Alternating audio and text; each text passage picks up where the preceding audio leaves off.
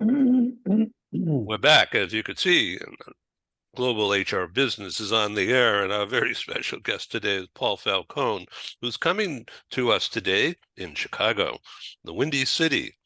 It's windy today, you said. It's unbelievably windy. I think it's dangerous windy out there, Ed. So it's a good day to be inside. Well, thanks. Okay, so the wind on this program will be smooth and cool. And so we're going to be talking with you about delegating. Now, as a people leader and coach of long time senior status, it's almost probably a no-brainer for you to delegate. And so when you think of delegating today, and a lot of people are on screen like this rather than across the desk, is there a technique that you have, a personality that you display to get people engaged at the get-go with you to understand what you want them to do? Yeah, it's a great question, Ed. And there is a step that precedes all this. So, Hmm. for example, I would spend time with you. Let's assume you reported to me in a make-believe company. And having a meeting with you, whether it's the quarterly review or the annual review, I'd be asking questions like, Ed, what I want you to think about is how you can tie your personal and your career interests to the work that you're doing here every day. In other words, do you see opportunities for special projects, for stretch assignments, for areas that really resonate with you that are important to you, where you want to learn more? Because I want to have that in the back of my mind when it comes to opportunities for goal setting, when it comes to opportunities to delegate or for delegation, that sort of thing. But I need to know at least a snapshot in my mind of where their interests lie. And then from there, I get better at helping them set goals. I get better at helping them delegate or helping me delegate to them because I know at least where their interests are going to be. And it's a good match to happen. So I'd say that's how you start the stage. That's the first stage. Let's back up a little bit. You mentioned the word in the phrase in passing, a stretch assignment. Now that means, for instance, me, and you know me somewhat from this conversation, but what would be a stretch assignment for me? That means that I'm going to use the skills that you know that I have, and you think that there's another way of doing something or another group of people that I should appeal to, and that would be a stretch for me, that kind of thing? That's exactly what it means. It's not really necessarily in your quote unquote job description. It's not part of your normal duties. But boy, Paul, I'm really interested in that. And if you can give me opportunities to learn a little bit more about that, I would love it. And there's a million examples of that, Ed, where someone is going to tell me, Paul, I want to understand the broader brush of what we're doing in HR.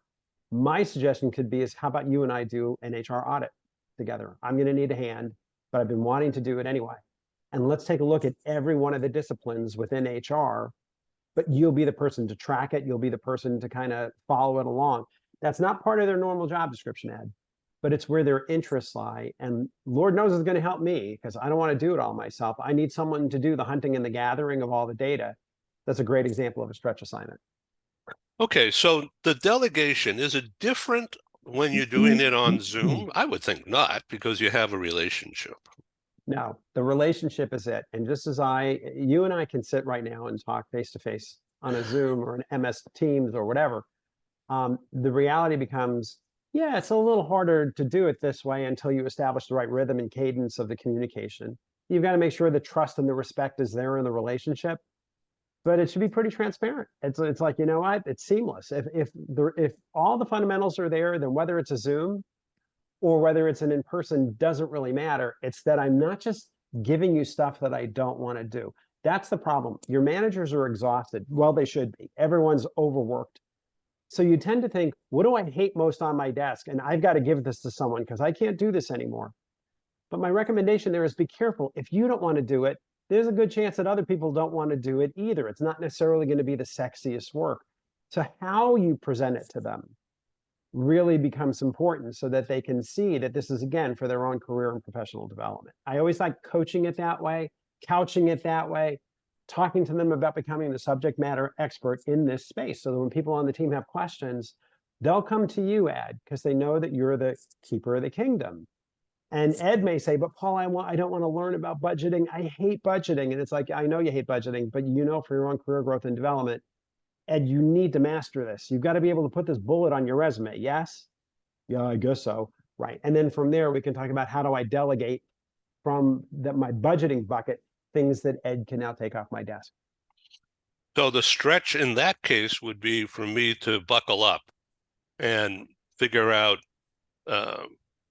asking you the right questions to tell me, how do I crunch numbers and why do I need to do this? Well, I guess I know why, because higher ups are looking at numbers all the time. So, I better learn how to do it. I better become familiar with doing it. So how would you tell me, because I'm not a numbers guy either. So how would I begin to apply? So there's a cost of doing business. There's a cost to have me sit here and talk with you. There's a cost of electricity, I don't know what, but it's some kind of cost. And there's a cost of opportunity of doing something else. So how would that be applied in the business case? For instance, think back about how you would do that.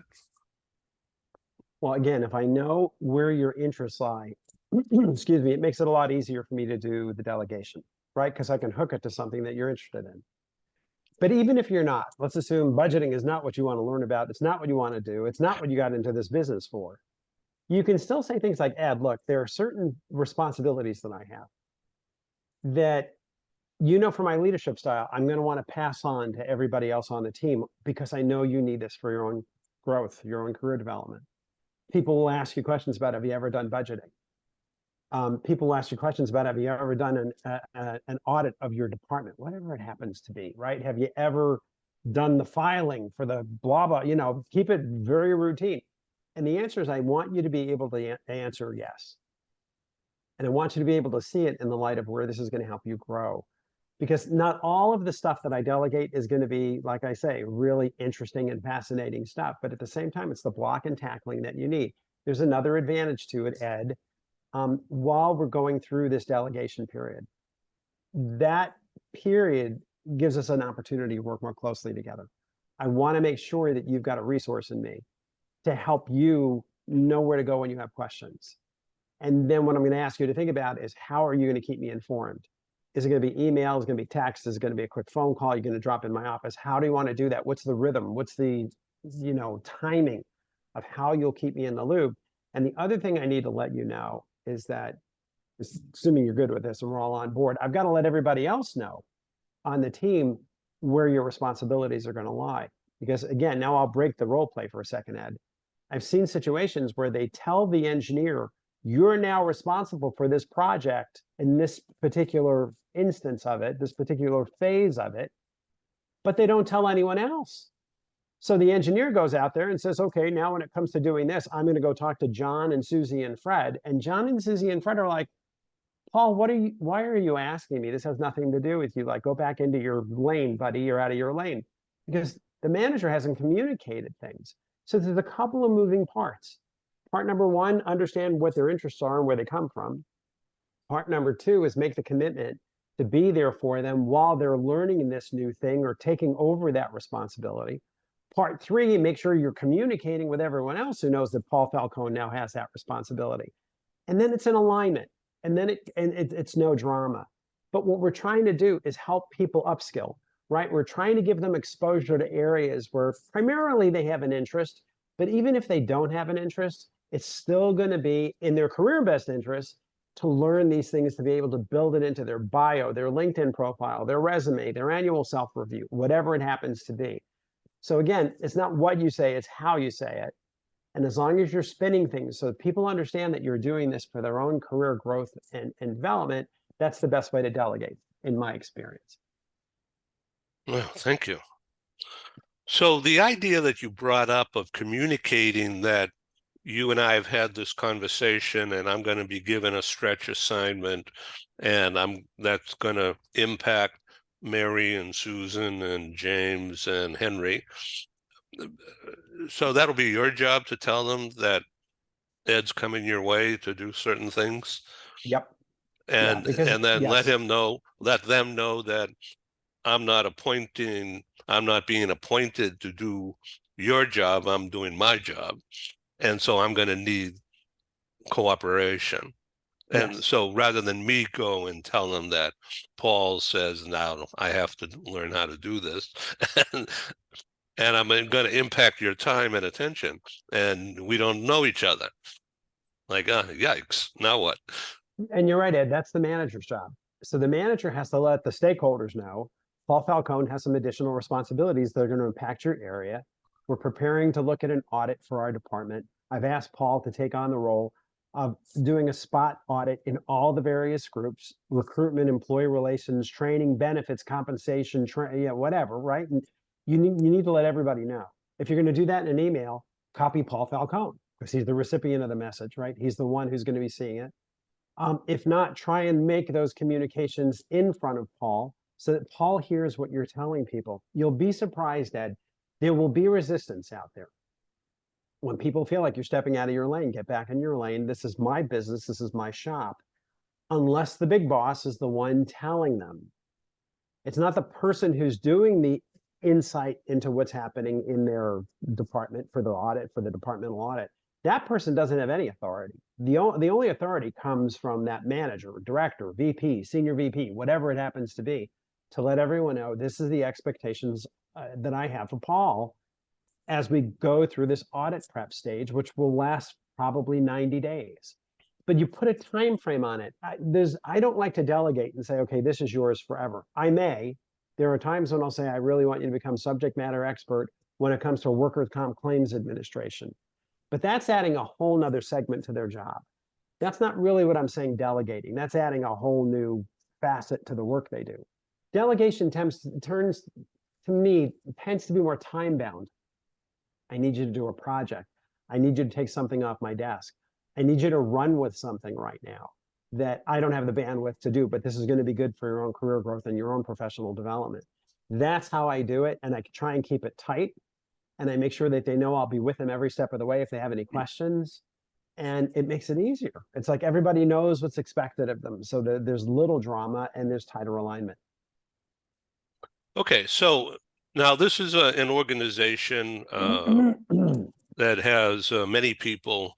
So were you told to find someone to do this kind of thing from your superior?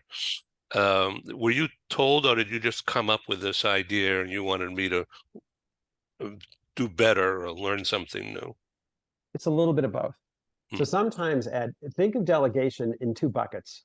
Bucket number one is I, Paul Falcone, the manager, have too much work on my desk. I've got to get rid of some of this stuff. And when it comes to doing X, I need to move X because I don't have the bandwidth anymore. Who am I going to get? Okay, so there's the one part of it.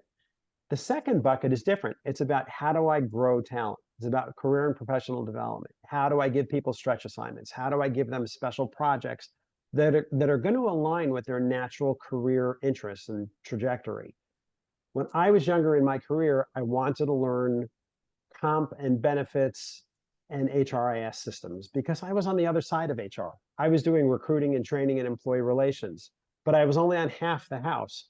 I wanted to get the other half of the house. There are some people who do so much on domestic, but they have a real interest in international. There are some people who are just analytics people. They're just metrics people. They love everything about analyzing and auditing things. If that's their natural interest, they're the best ones to do the departmental audits. Again, I don't know, but I do want to make sure, number one, I know what my individual people want on my team. And then number two, if I am going to give them something that's going to feel kind of contrary to where they want to go or what they want to do, I'm going to at least position it in a way where A, it's not forever, but B, I do want to make you the subject matter expert in this because you do need this as a basic block and tackling issue for you as you grow through your career. And it's not like they have to do it forever, but at the same time, there's a reasonable period of time where I'm going to expect them to be the subject matter expert in the lead. So let's shift gears a little bit as we come to a close in the next few minutes here of this brief encounter today about delegating. Your new book, the most recent book, is about first-time manager. And Are there a lot of first-time manager problems these days? Yeah, there always have been. The difference is you can see it more. It's more exposed these days. We're moving so quickly. We're building the plane while we're flying it, right? And as we've talked on some of our other shows, we're in this post-COVID reintegration phase. AI is hitting the scene. There's so much change coming, but people are getting promoted because companies are growing. The small companies that want to become mid-sized companies, the ones that want to go public, the ones that are just getting off the ground with seed funding. And they're promoting people and they're like, Paul, you're doing a great job as an individual contributor. Congratulations. You now have a team of 4. Go get them, buddy. And that's about it. And they're stepping into this and they don't quite know what's expected of them and what to do. And the hard part is I may have had 3 or 4 peers that were my buddies, and all of a sudden I'm their manager. It's awkward. And some people turn into jellyfish. Oh, we're still friends, right? Or some people turn into General Patton. We can't be friends anymore. There's different ways of doing this. But the point is, don't just appoint them and let them figure it out for themselves. Yes, experience tends to be a big learner, a big teacher, Ed, but you're going to step on a lot of landmines along the way. So the focus on building that frontline operational muscle when they're moving into a first-time job, help them through the communication piece, how to build teams, how to really build their brand as a leader and what it feels like, and take them through contingencies of what if this and what if that. It's not that hard. This is what sitting around the campfire means. As you were sitting around the campfire, we're passing wisdom from the elders to the younger generation. Don't make them figure it out for themselves. Help them to the degree that you can by being there, allowing them to ask their own questions, and sharing what worked for you when you were in that role at an earlier point in your career. And it sounds kind of pretty simple, but it is that simple. It's just making the time and space to be there for your people. So let's, as we come to a close here, as I've said, going down the chute, picking up speed towards the end of this,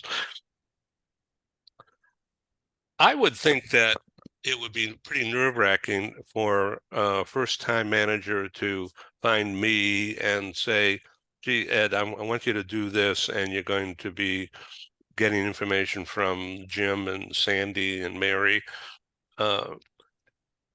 So, Paul, what happens if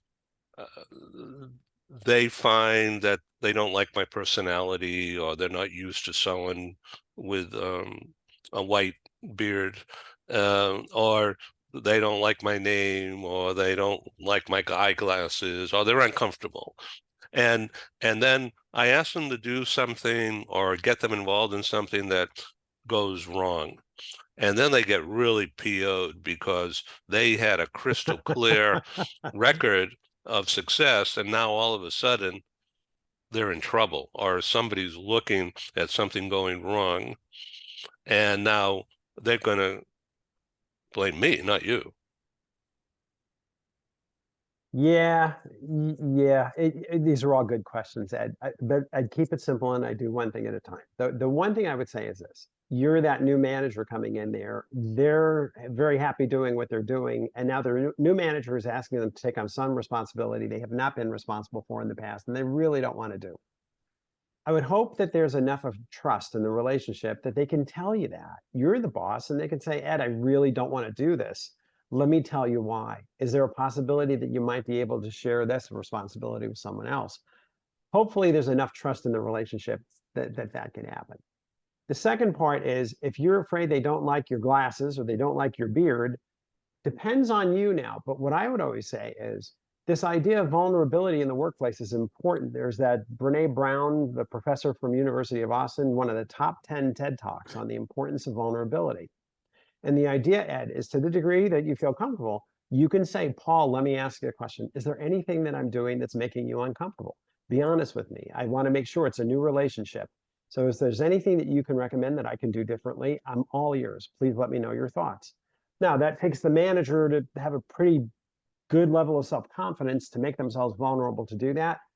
But I think that will usually be responded to in a very positive way. Okay, so that's the second thought. The third thought is when things go wrong. Ooh, this blew up and I didn't even want this in the first place. If you feel like your manager is saying, I'm giving you this responsibility, Paul, to build your skills. And I'm here throughout the whole period of implementation to help you. We'll work together with this. And if anything goes wrong, it's fine. Just get to me before it blows up so I can try and help. Then you're not going to feel like, oh, I made a mistake and now I'm in trouble. I don't want people on my staff to feel like every time I give them a new responsibility, it's another area of jeopardy. It's another area where we can catch them being wrong. The truth of the matter is I want to catch them being right. I want to recognize them for what they're doing and celebrate when they get it done the right way. And that's kind of how I would look at it. But it's not punitive to get these new responsibilities. It's actually a chance to step up in your career. Thank you for being my guest on Global HR Business. PaulFalconeHR.com. Go there and get Thanks, Ed. information. Thank you very much. We'll see you on TV tomorrow. Always a pleasure. I'm looking forward to it. Is it tomorrow? Yeah, right. We I have think it's tomorrow. 19 people on that broadcast. Wow. I Good. Well, know. thanks for this one-on-one. This was special time, Ed. I appreciate it. Thank you very much. Take My care. pleasure. Okay, Bye. bye. Bye.